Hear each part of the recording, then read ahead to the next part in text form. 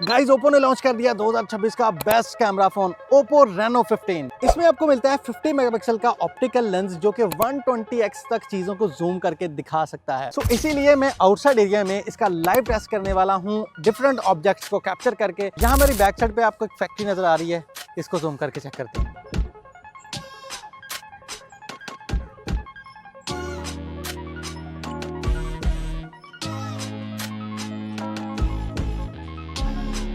Guys मेरे पीछे अभी मस्जिद का वो मीनार नजर आ रहा है ना, उसको जूम करते हैं और चेक करते हैं।